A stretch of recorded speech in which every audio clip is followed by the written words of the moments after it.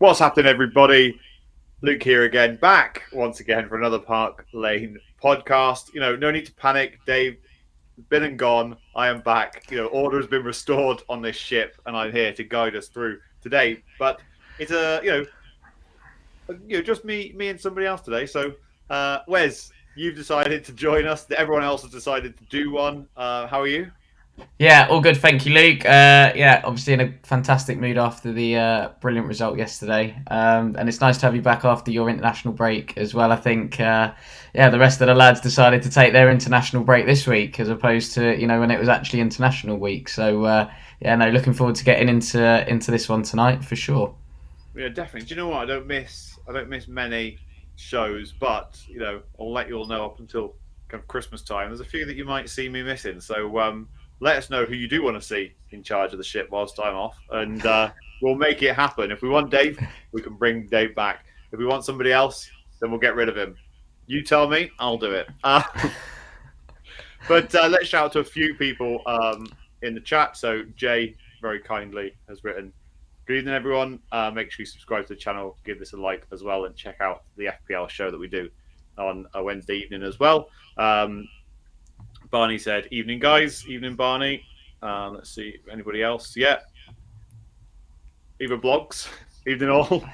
Where's his mom in the house, as always? Love the commitment every week. You must be paying your mom some good money. So. No, she's a good egg. She's a good egg. That's good. Number one anybody fan. else that is in the chat, get your comment in. We do like to hear from you and do like to read out all of your thoughts, especially there's only two of us today. So, give us your thoughts on any of the key moments from yesterday's 4-1 victory at home to West Ham. It was West Ham's cup final, not our cup final, West Ham's cup final, and they all went a bit Spursy, really. But how you were at the game yesterday? Like, let's just go straight into like your reaction to the performance. Like, how was it, and how do you feel now? Yeah, I'm obviously buzzing to win because I had this thing with West Ham, right? That I never really used to like. They never really used to sort of bother me or anything like that. Like as a kid growing up, I was never really like worried about West Ham or this rivalry. Then I went to university, and there was a few lads at my uni. You know who you are if you're ever watching or listening in. You know who you are, and they used to give me dog's abuse. Now I can't stand West Ham. It's not as deep as like Arsenal or Chelsea, but it's getting to the point where I'm just like, do you know what? I just can't stand you lot. But in terms of the game itself, it was pretty much for me like the reverse of the Brighton game, in the sense of first half was, not massively great. I think, on the balance of play, you would argue perhaps going in 1-1 at half time was fair. I think West Ham were brilliant first half. They carved out some really good patterns of play, were a real threat, especially on the counter attack with Kudus, Bowen. Paqueta seemed to be a little bit deeper, and I think that helped Spurs because he wasn't able to get on the ball in more advanced areas. But yeah, I thought West Ham did relatively okay, and then all of a sudden we've made a bit of a tactical change at half time, obviously bringing Papa Sarr on, and we just blitzed them and blew them away in, I think it was 3 goals inside 8 second half minutes or something, and then obviously West Ham couldn't really recover from that, and they just absolutely then ended up folding like a pack of cards, which was quite nice to see. But yeah, I think that second half performance was probably what we've seen in the first half against Brighton, and then the sort of 5-6 games previous, as well, in terms of the way we were playing. We were on the front foot, we were aggressive, we were going after West Ham. But even then, like, having said that, West Ham still tried to play in the right way. Like, they still tried to play through the pitch, and again had some really good patterns, etc. as well. So it was a really good second half performance, and buzzing with the win in the end. Yeah, 100%. And it's really interesting, isn't it? Because once again, like, you could sit and look at the game yesterday, and because I was at a wedding yesterday, so I went into the church at 1-1, came out of the church, and it was 4-1 Spurs. And I rewatched the game today, And even before the game, like I could see, looking at the lineup, I could see they're going to sit deep, and then they're going to counter attack us, and with those wide players of Kudus and Bowen, and cause us some trouble. And that's one of the big issues that I have with this Spurs system, is that and I always talk to you about these things because obviously, like, you are a professional as a football coach, right? But I just can't get my head around how you have two inverted fullbacks and then no cover for when they were caught out in possession, right? So you would then surely have a system in place that, I would say, because he's basically played two at the back, one drops in, makes it three. The two could spread out wide and cover, position. But we don't. That's not what happens with Spurs. And so when we do get counter-attacked, it can be devastating. And that's the big difference, I think. And the one frustration for me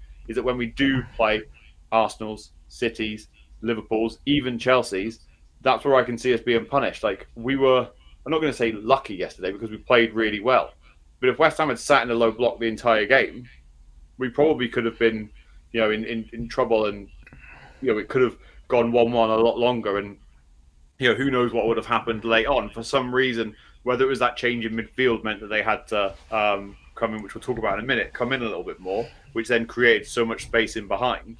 But how do you think that Ange needs to cope with this, low block? We struggle to break down low blocks, and all it is quite simple, right? If I was a coach, I would say low block against Spurs, counter attack with fast wide players. Like, that's as simple as it is. And how do you counteract that as Ange Postecoglou? Listen, so if a team defends in a low block, kind of sits on the edge of their 18-yard box and says, come and break us down, obviously your space tends to be in those wider areas. I think we saw it a lot more yesterday, especially in transition where West Ham was sort of out of balance, where there is that faster pass on and we didn't always take it. Having said that, I think, like I say, there were times, especially on our left-hand side, Udogi's was making some brilliant runs forwards to try and create those 2v1s in those wider areas. Not so much on the opposite side. So I think if you do come up against, you've got to almost try and overload one side to try and draw the defence across. But then you've got to have that midfield player that's able to just get it and switch it quickly, which I don't think we really have. We don't have that type of midfield player, almost like a Modric or a Carrick, that can literally just open up, ping it out, and then it's like, right, now you're isolating your player 1v1, and then it's about what you do in an attacking sense in that 1v1 duel. But yeah, like I say, it's more creating those overloads in the wide areas, your 2v1s, your 3v2s, trying to make use of the half space, which obviously City do really well because that's where they have, De Bruyne, Foden, they pick up those little pockets just on the edge of the box. And I think had West Ham potentially had James Ward-Prowse yesterday, a player who they've obviously sent out on loan, I think he would have had especially in the first half, he would have had a really good day.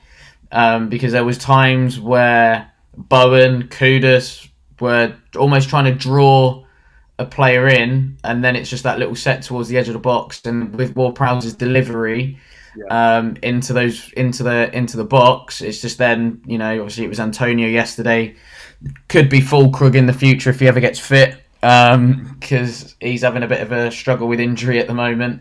But then it's just like, right, go and attack it. Like, I've done my bit as a midfield player. Right, you go and attack the ball. And yeah, I think we were fairly fortunate in that sense. Like I say, there was no Ward-Prowse yesterday, but I looked at West Ham's team and I looked at Rodriguez and Souček as a midfield two, and I went, there's not a lot of legs in there. He's left the legs on the bench in Alvarez, and I was a bit like, whoa, okay, that's a bit bold, because I would probably argue in terms of that deeper midfield player that Alvarez is probably West Ham's best option in there. Right. Souček's not as mobile as he once was, and obviously he used to attack from deep. Rodriguez struggles to get about the pitch, and I think he has struggled, for me, from what I've seen, I think he struggled to adapt to the pace of the Premier League. Obviously, coming from Spain, it's a lot slower. But yeah, to answer your point in terms of how do we counteract a low block, it's just getting overloads in wide areas, basically. Right. Okay. Is there anything that would just so we can kind of get this bit kind of done? For those that want to know, like if Ange Postecoglou was to rip up his tactics and like create a brand new tactic, right? Would that then stop that from happening, or why can't teams just low block against any formation? Do you know what I mean? Any formation, and then use that if that's going to be a good way of stopping teams from scoring, or is that just not effective? Well, I don't. It's one of those where if you're going to sit deep, you need to have everybody on side to be able to do that. I think remember when Pep first came in at City, not his first year, but I think like his second, third, almost fourth year at City, where you knew City were just going to dominate you with a ball. So everybody would just go, right, we're just going to sit in, we'll have 5 at the back, and we will just counter-attack City. The problem is, and I think this is why Ange likes his wingers to be on the touchlines, is to absolutely create space and stretch the back lines. And I think, again, like when City had like Sane, Sterling, or even like when Bernardo Silva used to play out wide, the width they would create was ridiculous. And then that's why you would have your spaces and your gaps, and that's where your little half space in your pockets would appear for, De Bruyne. Like how many times has, say, Mahrez or Bernardo Silva had it wide right, little set into De Bruyne, a whipped ball in towards the back post, winger on the opposite side coming in and attacking it. So it's more about personnel as opposed to like a tactic itself. It's we could bring down a block.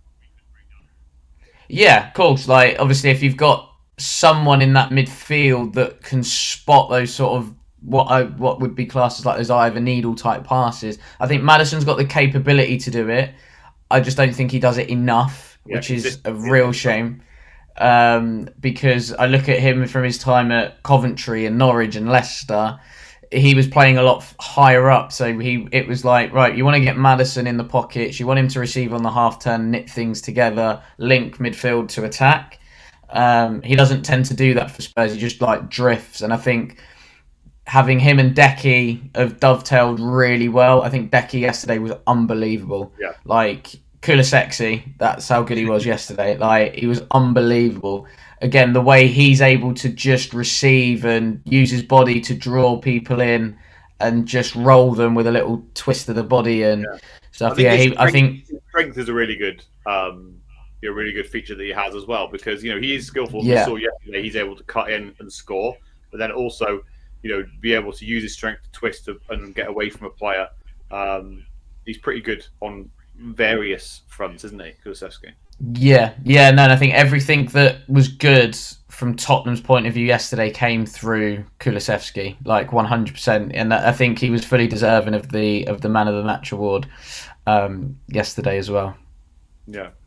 Let's talk a little bit about Heung-min Son, because he was back yesterday. Had a few weeks off. I think international break probably helped, to a certain degree with him being able to recover just that little bit more.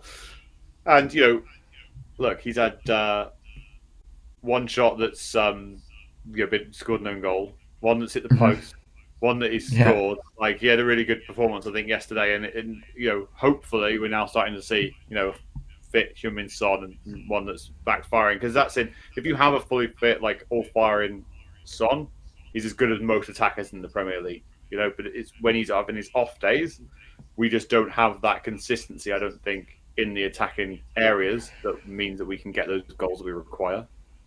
Yeah, I think there was elements of Son's play yesterday that were kind of more vintage or prime Heung-min Son in terms of him actually wanting to cut in and look to do something, which was nice to see, because I think when he does that, he's so much more effective.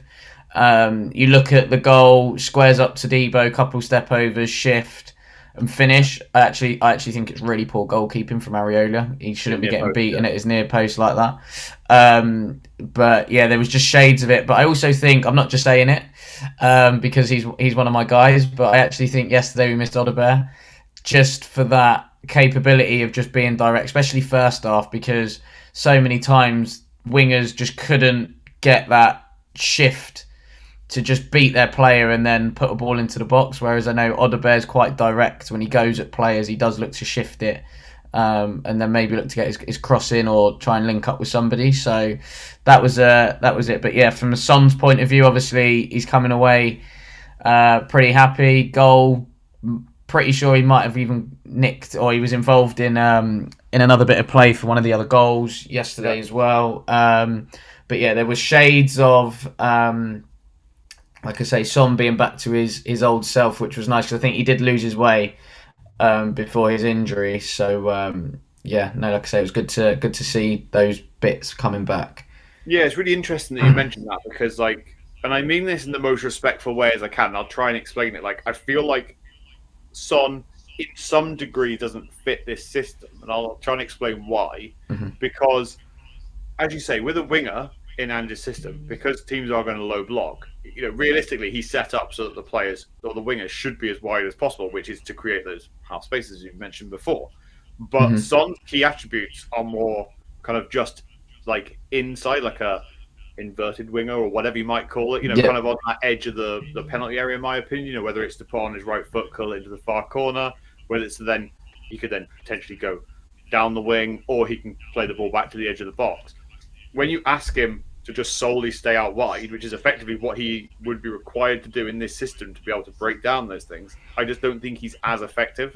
Rather than if you have, as you say, an Odebel, someone like that who's more direct, who's more of a winger, has less attributes towards goal scoring and more towards the wing play and creative play. I think that's where I just struggle to know where Son would be the most effective within this system. Obviously, it's still better to have a Heung-min Son in your team than not, but that's just my. So now I just wanted to get your idea on that.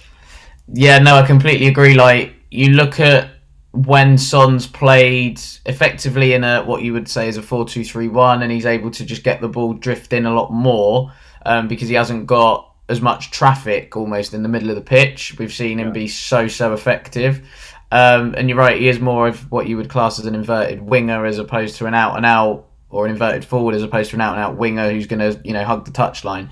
And I think because Son's being asked to do that, there's times where he's obviously not getting the ball and then he's just looking really ineffective because he's not involved in the game. I think Son is a player that, in an attacking sense, you have to give him the ball so he can try and do something and make something happen. But like I say, I think the pleasing thing from me was when he did get the ball, he had a runner, and that runner was Udogie more often than not. So he had an option to play the ball forwards and almost get around Wan-Bissaka in that sense. We know Wan-Bissaka's qualities in 1v1 defending, and there wasn't really many times where Son really wanted to go at Wan-Bissaka because I think he knew more often than not he was going to get tackled. So I think, again, that's why having Udogie there, it was almost like a trigger. Like, as soon as Son gets the ball, Udogie, you've got to go. And then Udogie's then asking questions of Bowen or whoever else was on that side. Are you going to come with me, or is the centre half going to have to track that run, etc., and put that centre half in an area of the pitch they don't want to go into? But yeah, Son as an out, really hug the touchline type winger, not really effective, because when the ball is on the opposite side with Johnson and he's putting these crosses in, Son doesn't attack the space. Yeah. Whereas a different profile of wide player would be willing, or should be willing, to attack the space. There were so many times yesterday we didn't do that.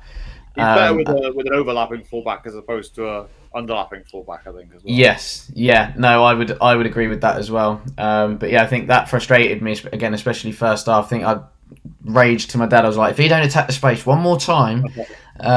So yeah, I think that's the sort of main differences I think with Sonny. But listen, he's still got some quality. He's still got some time left in him. Not long, in my opinion, but there's a little bit of time left.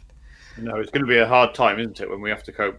We still really haven't kind of replaced, which is going to be incredibly difficult, goal scoring kind of, ability of Harry Kane, and then if we also then have to deal without a Heung-min Son as well, and trying to replace both of them, what our recruitment is like at times. It's going to be a difficult time, but I think we need to have somebody come in whilst he's still at the football club. Personally, that Werner needs to obviously go. I think we're all aware of that. And then, somebody needs to come in his place. And we work from there, because I do like Odegaard, but I don't think he can do it on his own.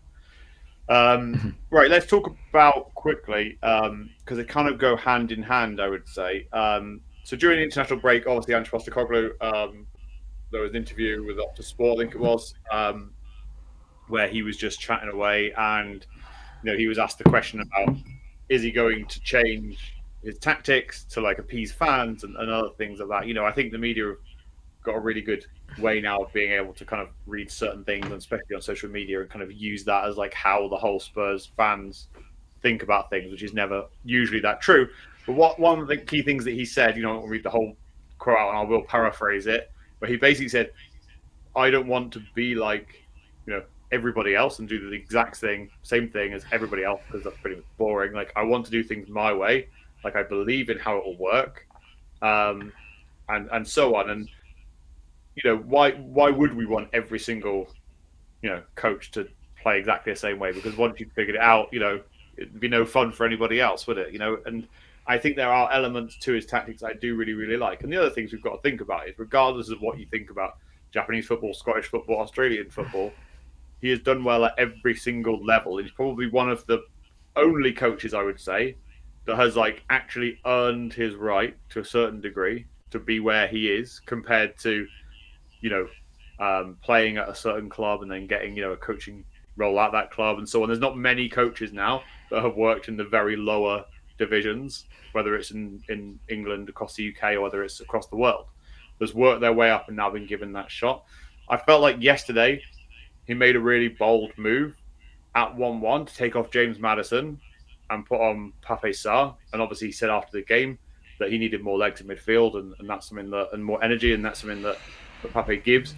Kind of begs the question, really. First of all, like, we complained a few weeks ago that he doesn't make changes quick enough. Well, he made it at half-time this week, and I bet a few people were shocked that James Maddison's being taken off at half-time.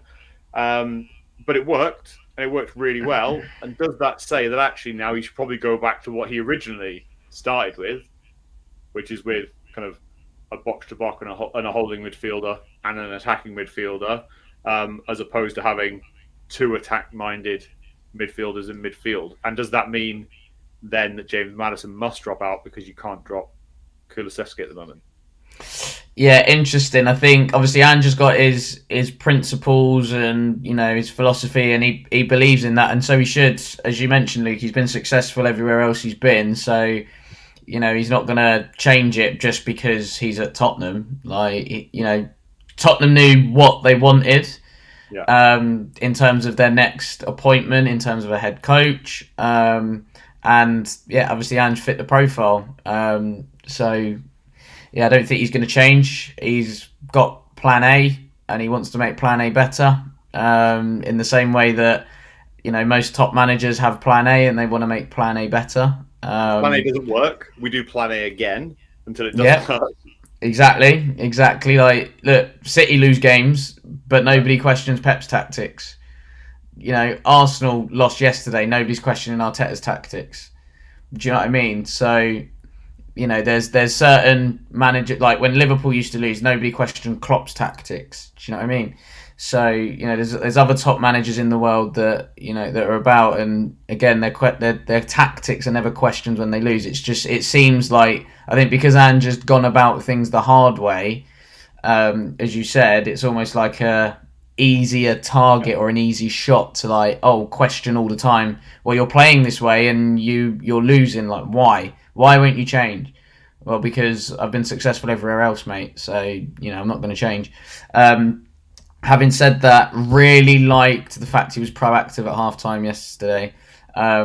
Sensed that West Ham's midfield were going to struggle if we outran them. I think Sarr, as you mentioned, gives us that extra bit of energy in midfield. It paid off 100% yesterday.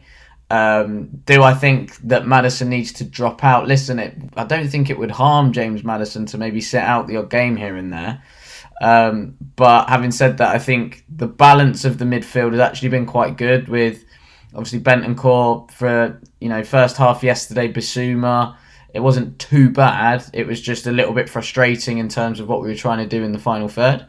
But yeah, look, you can't drop Kulusevski at the moment. He is the man in form. He's probably our player of the season so far, like 100%. So look, it's given Ange a nice little headache. I'd rather Ange have that headache than me, especially going into Thursday, where we've got a half decent opponent.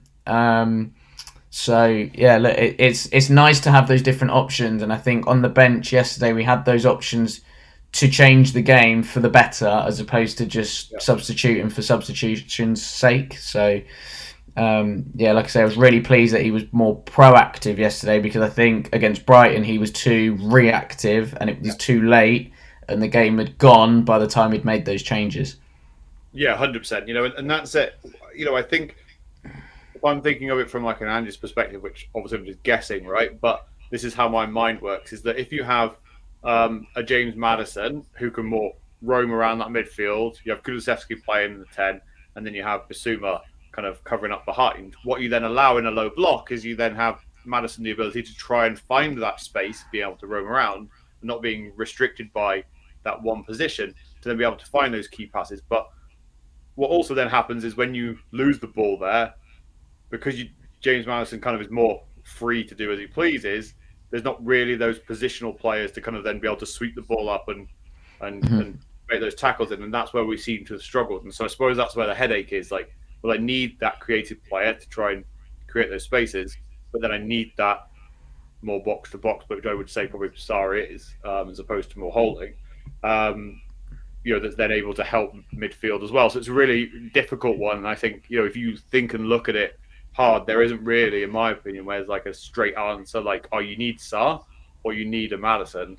Like, in certain situations, both can work. And I suppose it's about feeling the game out. Yeah, you take into account like the state of the game when it's happening live, but obviously beforehand, obviously, like, these guys have got fantastic analysis departments where they do their homework, and it might be okay for this particular opponent we might need this, so that's where Sarr might come in, give us that little bit of extra energy, little bit of extra legs in midfield.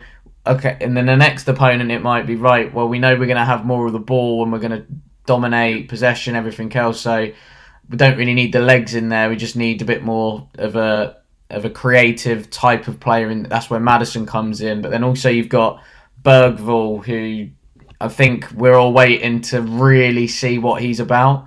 I think what we have seen has excited us as fans, so we just want to see a little bit more of him, and I think his chance will definitely come. But yeah, I think it's just feeling the different opponent and then taking into account the current game state when you are in the game, to then make your changes accordingly. But yeah, like I say, I was pleased that he was proactive in making that halftime sub. And like I say, against Brighton, he was too reactive, and I think that's where fans have got frustrated, because he sometimes makes changes too late. Like, we can all see in certain games it needs to be changed a bit earlier. And he's waited, and then all of a sudden it's like 75 minutes, 78 minutes or whatever, but there's not a lot of time then to really impact the game. So yeah, that's my take on it, really. I do really like Sarr as well. Just touching up before we move on, I think any time I've watched him, I think he's always hungry. He's like, I know it's an easy comparison to make, but I see so many similarities between like Yaya Toure type player, tall, leggy, being able to kind of steal the ball, but then also have the strength to hold off a player and then make that pass through, which we also saw with Heung-min Son's goal. Mm-hmm. I really, really like him. Like, is he ready to like play every single game in a Spurs shirt? It's a difficult one, isn't it? Because how do you become ready without getting the game time and consistent game time? So that's something that obviously Spurs need to manage, and hopefully we see more of him in the stages like Europa League and things like that, which kind of nicely moves us on to Thursday night's game. My football career has taken a massive downturn because I started playing five-a-side on Thursday nights, and now I don't play anymore because Spurs are on. So it's like literally 7 till 8, and Spurs kick off at 8 o'clock, and it's half an hour from my house, and I'm like, I'd rather sack off football than watch Spurs. So that's how committed I am to you guys. So, written down some facts this week about AZ Alkmaar. So, AZ Alkmaar have lost 4 games. They lost their last 4 games in all competitions. They have won 1 and lost 1 in the Europa League, and they sit 18th in the Europa League table, rather than Spurs sit 4th. And they sit 4th in their league, and they're 11 points off PSV, who have not lost a game all season. So they lost last 4 games in all competitions. What does that mean, Wes? Dr. Tottenham, we'll see you now. Exactly. Yeah. No. Look, they are a half decent side. It's a team that watching kind of mid-level European football for the last 10 years or so, have names popped up quite a lot, in different fixtures. But they are a team that we should be beating, right? Yeah, no, definitely. I think we've got enough to get the job done. But like you say, they're in horrendous form, and Troy Parrott is also there. So we all know what this means. 5 on Troy Parrott to score the winner, people. So yeah, it's. Look, like I said, I think I anticipate some changes from Ange, a little bit of rotation in there. But yeah, we should be getting the job done. Should be a comfortable evening. Although the last home Europa League fixture, and even the away one, to be fair, the last 2 Europa League fixtures, I think we've made a little bit of hard work of it. Obviously, in the first game against Karabag, Dragoshin getting sent off, Karabag having a bucket full of chances, and you're thinking, Christ, if we do this against Roma or Galatasaray, we're going to get eaten alive. And then Ferencvaros again, we made hard work of that, I think. So I'd just like to see a nice kind of convincing sort of like 3-0 kind of statement win, and be like, yeah, get in, get the job done, get out, and move on to Palace on Sunday. It would be nice, wouldn't it? Let's look at kind of our our recent form. Won 5 out of the last 6 games. It would be nice to see that form continuing. It's not as bad as a lot of people are making out with Spurs at the moment. But it would be nice to see a convincing European win where we don't have to worry about using the likes of Son and other players like that. And we can just see the game out. The youngsters can have a good game, and we can move on. Like, I've got a few kind of, who would we like to see in this game? Do you want to see Richarlison come in for Solanke, or do you think Solanke requires that that game time to really get those goals that he needs to build confidence? I'd love to see Richie. I really would. He got a great reception yesterday, but I think Richie will be on the bench, and he will then come on for Solanke. I'll be really surprised if we get an hour out of Richarlison on Thursday. Put it that way. Like I would probably anticipate if he was to start.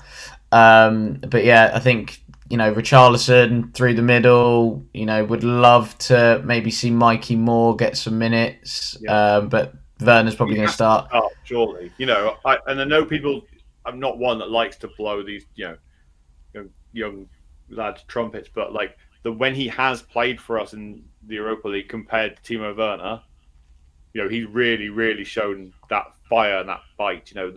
My issue with Timo Werner. I think he likes the idea of playing, but he doesn't like those moments where all eyes are on him. He's one-on-one with the goalkeeper. I don't know if you saw the clip, actually. Sorry, talking about that in training. Yeah. He's one-on-one with the keeper, and then he just dinks it over him and just really easy with it. I think Timo likes the idea of playing, and then when he has to get his kit and his boots on, he freezes, bless him. But he's so short of confidence, Timo Werner. Yeah. It's almost a bit like one of those where you get into the point where you feel sorry for him. Oh yeah, I do. Yeah. Because he's kind of being thrown into situations to kind of build his confidence up, but it's just shot. And so he's not making mistakes on purpose. He's not making bad decisions on purpose. He's just not the type of player that I think we all thought we were getting in January, which is a bit of a shame. In training, he doesn't think about it. At the game, by the time he's thought about it, the moment's gone. Yeah, no, definitely. It sticks in my head like I'm trying to go around the goalkeeper. Yeah. And Ferencvaros as well. Oh yeah. So yeah, it probably was. But by the time he's gone round the goalkeeper, he's thought about it so much that his touch is wrong. And you need everything to be on point. Whereas in training or even at Leipzig, Timo Werner, that's a goal every time. Do you know what I mean? He's round the keeper and slotting it in. And I do feel bad for him, to be fair. I don't dislike him. I just feel bad for him. Yeah, no, me too. I'd like to see obviously Archie Gray, Lucas Bergvall, Ben Davis, because I do actually think there's a half decent player in there. We can't use Spence even though he's got a brand new contract, which is baffling decision. Mental, by the way, wasn't it? A baffling decision. Like the guy doesn't play and he just bagged a new 4-year contract. Like cheers for that.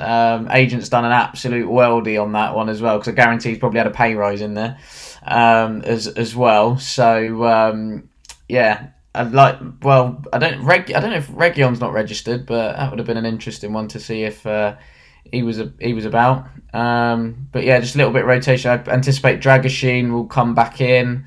As well. So yeah, a little bit of rotation in there.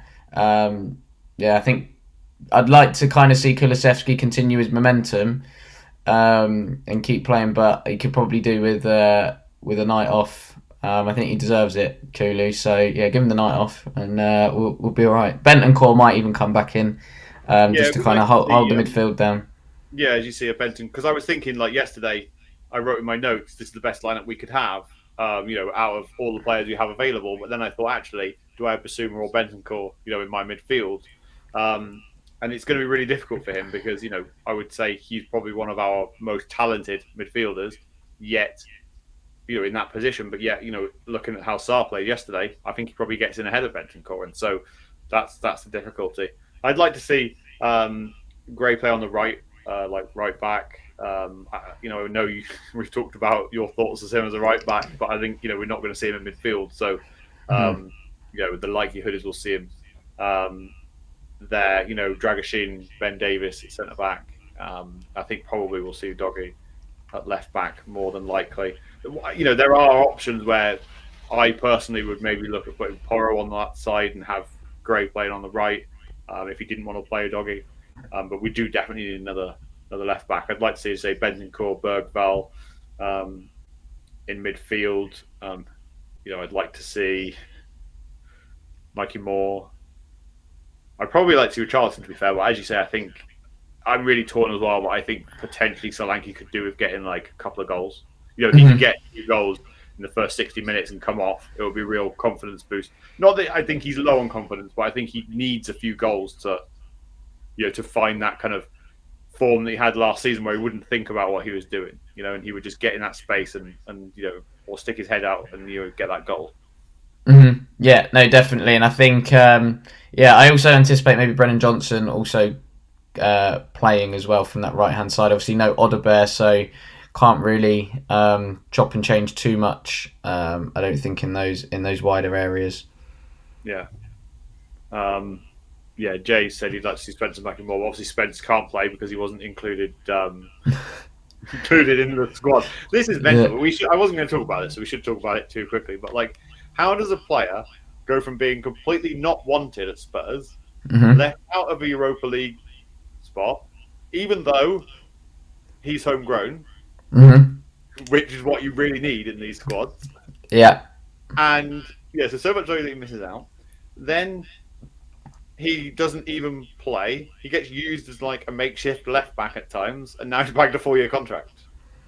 Yeah. It baffles me. I think Callum will probably be better to answer for this one, but I think for the Europa League, we need like X amount of club-trained players, which I think is why we've ended up with 4 goalkeepers on our list because of obviously Austin and Whiteman, club-trained players. So I think that could be a reason why he's missed out, Spence, unfortunately for him. But yeah, I think obviously his agency that he's signed to are well in at Tottenham. So that's probably why he's ended up bagging the contract. Somebody's gone, give him a new deal, and at Tottenham, and they've gone, all right. So maybe it's financially. I don't know. Maybe it can't be. All there's got to be some dodgy. Well, I wouldn't say dodgy, but something going on in the background where someone knows somebody somewhere that's heavily linked with Spence's agency and the football club, and they've gone, this is what we need to do, and bang. Yeah. So, I think as well as saying, Jay, you've put, obviously it's so strange he wasn't included at the moment. I think it's just basically down to how, and the only reason we know this is, I know this from playing Football Manager, the things that you have to do. to be able to get these Europa League squads, together. Like, for example, Eric Dyer was obviously never classed as, like homegrown, or he was never included because he was brought up and played his youth level in Portugal and so on. And Ben Davies, I don't think either, because he's Welsh and that's not included. Yeah, it's just like there's some mental like rules. But then both of them are classed as homegrown in a Premier League squad as well. So yeah, work that one out, by the way. Yeah, absolutely wild. But Jay's also said, do you think Son will start or be bench? I think he'll start on the bench. I think, especially as he's just come back, the last thing you'd want to do is risk any kind of injury. So he played pretty much the entire game, didn't he, yesterday? And so I would see him being benched, unless I just hope that we don't get to a point where we need to play him. I think go 2-3 goals up and kind of shut up shop and move on. That would be the ideal plan. But that kind of moves us on then to next weekend's game. Next Sunday, 2:00, we've got Crystal Palace away. Currently sitting 18th in the Premier League. Palace have only won 1 in the last 6. Spurs have won 5 out of the last 6. Again, should be a routine victory for Spurs. Probably going to make it incredibly difficult. Like, what do you think of this Palace team? Because they did really well, I feel like, the back end of last season. And now this manager's kind of not really got them going. Do you think it's to do with certain players leaving, like Elise, players like that, or? Yeah, I'm a bit surprised with Palace, I have to say. I think, as you said, they're coming off the back end of last season, obviously finished so strong. You would have anticipated maybe one of, obviously, Gueye, Elise, Eze going. And obviously it was Elise that went, but I thought they replaced them Elise fairly well in terms of bringing in Ismail Assar. He was obviously not a bad winger from his time at Watford in particular. He hasn't really hit the ground running yet. They brought in Kamada on a free as well, who Glasner knows from his time at Frankfurt. He hasn't got going yet. I think the big loss, though, was Joachim Andersen. I really do. He was a big player for Palace, real leader at the back, and I think that's why Palace have really struggled. I don't know really if Glasner wanted potentially Nketiah and he was kind of given Nketiah because, again, he struggled to kind of fit him, Eze, Mateta, all in the same kind of forward line. But yeah, Palace have really disappointed me. I had them tipped to, go into a European charge, and it looks like they're miles off it at the moment. But yeah, like you say, should be a routine win. They're in bad form. We're in half decent form. So again, you know what that means, Dr. Tottenham. We'll see you now. And the thing is as well, we do struggle at Selhurst Park. It never really goes our way there. I know we won there last year, but then I think other than that, we don't tend to do too well against Palace at Selhurst in particular. So yeah, I'm hoping that obviously Sunday will be different and we can get 3 points against Palace. But yeah, I am on the side of caution because I know our record at Selhurst ain't great. Yeah, terrible views as well if you're a fan. Like if you sit right at the back, you can barely see the pitch. I've seen loads of images like the foot's in the way. The roof comes down so far you can't see half the pitch. It's not it's not a ground that I would particularly want to visit. I mean, it's a bit of a trek from where I live anyway. Right. But yeah, it's not been a high up on my list. I've got to go to Selhurst Park. There are other grounds that I haven't been to that I really want to go to as well. But yeah, Selhurst isn't up there, I have to say. Fair enough. If you've been, let us know in the comments. Absolutely. Park. It's one of those, as you say, that we really should. It's good. Funny about Glasner actually, because I believe I read a stat where he's finished every single season in a Europa League or like European spot, apart from obviously last season because he only came into Palace late. And then, as you say, tipping them for that kind of surge might be unrealistic. But looking at a manager's reputation, and you think could happen. But looking at them now, they look wayward at times. I thought they played all right against Manchester United, but they're just lacking that that real cutting edge. I think I watched them against Nottingham Forest as well. They were all right against Forest, but it's one of those. That's interesting, Luke. Considering Palace play Forest tomorrow night. Ignore me then. Anyway, Anyway, I've killed you there, haven't I? yeah, definitely. Thanks for that. Could have just moved straight through. And, yeah, look, we should beat them. It should be routine Spurs win, but only time will tell. But before we get into kind of any score predictions, let's discuss last week's score predictions because I was on the show and I didn't get my scores in. You fell foul of your own rule, Luke, last week. No, by the way. A blow. So I had a 4-3 West Ham win. Winnie had a 4-4 draw. I didn't even see the wheel. I don't know if there was a wheel or what happened, but I'm calling foul play in this. But never mind, we'll move on. Dave had a 3-1 Spurs win. Callum had a 3-1 Spurs win, and Wes, you had a 2-1 Spurs win. So no one got all the points. Wes, Callum, and Dave all got 1 point, which means that Dave's jumped above me into third place with 4 points. Wes is only 1 point behind Winnie on 5, and Callum and I are bottom with 3 points only. Winnie's done all right, to be fair, in the sense as no one's really challenged him at the top for the last few weeks, and he hasn't got that many points because he keeps forgetting to give his scores in. And he was the only one this week that also forgot to give his scores in. Bring back the wheel! Bring back the wheel! We'll have the wheel, which I'll sort out in a moment. But we do have some scores predictions for the Palace game from the other lot. So let me just grab them up on my screen as well. Bear with me. Give me 2 secs. Right, so what we have is, prepared as always, Callum has gone for a 2-1 Spurs win. Dave has gone for a 3-1 Spurs win. I'm going all out and saying Palace are getting battered 3-0 by Spurs. Wesley, I'll come to you. What do you think the score's going to be? I'm going to go with you and say 3-0 Spurs. Sneaky. 3-0 Spurs win. And let's bring up the wheel for Winnie. Right, let's get ready and spin the wheel. Is it going to be kind or is it going to be harsh on Winnie? 1-0 Palace. Oh. Nearly went 5-1 Spurs. He's gone 1-0 Crystal Palace. He's managed to do all right there. That's not that bad. You reckon we could get beaten 1-0 by Palace? Well, no. I'm just thinking of a score that's likely or more likely to come in. You could argue 1-0 Palace as opposed to obviously 5-1 Spurs. Yeah. I don't know. I think we're more likely to win 5-1 than lose 1 more. We need the 5-all draw.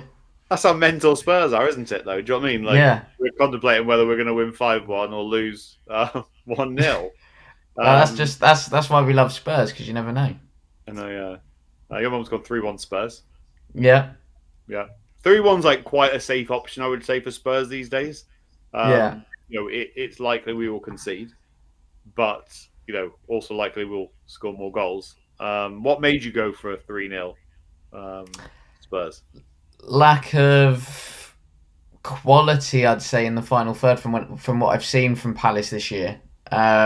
They've blown really hot and cold. Like when they've been on it, they've been like on it, but it's not long enough in games. But then when they haven't, they've been punished like big time. And so I'm hopeful then the likes of Kulusevski, maybe Brennan Johnson, Solanke, and Son, if they do get the opportunities, they can be clinical, and then hopefully we get 3 points. But yeah, like I say, Palace have just been not what anybody's expected from them so far this season. Wharton been quiet, not been able to dictate games in the same way that he was when he came in second half of last season. Was a player that I tipped for us to sign as well. I thought he would have been absolutely brilliant in our midfield, especially that deeper player to just get on the ball, spray it about a little bit. He's probably the most similar midfielder I've seen to Michael Carrick from an English point of view. But yeah, Palace have just been really disappointing. I think, okay, the fact we stretched the pitch might help, but then Palace played with a back 3, but I think it'll end up being a back 5 more often than not. If we can control that midfield and dictate the game, I think we could be in for a good day at the office. Yeah, well, fingers crossed, mate. Fingers crossed. I think that's a very good point to end on. Nice positive note to end on. Wes, thank you again for joining us. You are a superstar and a super sub as always. Can you tell everyone how they can find you and what's happening in your life? Yeah, so where people can find me is Twitter is at Wezo10, the unofficial Moose Dembele fan account, as everybody knows by now. Also, most underrated player, as by Tony Rudiger in a recent interview. So yeah, buzzing with that. Instagram's at Wezo32. Obviously, was at the game yesterday. At the game on Thursday as well. If anybody wants to come and say hello, I am more than happy to do so. And then run my own football coaching business as well in Milton Keynes area. So that's Kofa MK or Kickoff Football Academy. Across your socials, had a really good week this week. Just had 3 players that have been signed to Northampton Town, so it's a real positive for us, and we wish them well. So yeah, that's pretty much it, Luke. To be fair, amazing. Milton Keynes, also known as Glasgow, because they decided to recently do a promotional video and not use Milton Keynes at all, and they used Glasgow. Did you see this? I haven't actually. I haven't. I'm pretty sure someone mentioned it though. So yeah. Yeah. So to represent well Milton Keynes, they decided to use like buildings that aren't anything like the buildings in Milton Keynes in Glasgow for the promotional video, and everyone's lost their heads. Brilliant. Yeah. Just what we're about. Loads of roundabouts and concrete cows, to be fair, and Dele Alli and Leah Williamson. Yeah, that's what we're famous for. What they talk about. Anytime anyone mentioned anything, when I was watching this video, they were talking. All they talked about was roundabouts and concrete cows. So yeah, it's what we're famous for, to be honest, and nicking a football club as well. To be fair, it's quite a good one. Anyway, thanks, Wes. If you want to find me, you can find me Luke_Park Lane. But more importantly, thank you to everyone that's watched again and commented and everything else. We really do appreciate you all. Make sure, as Jay says, sub to the channel and tune into the FPL show. It should hopefully be back this week with the Fat Pod lads, Wednesday night, 9 p.m. So, follow Park Lane Podcast on all social media platforms and you'll find us. And yeah, until next time, a massive come on, you Spurs. Come on, you Spurs.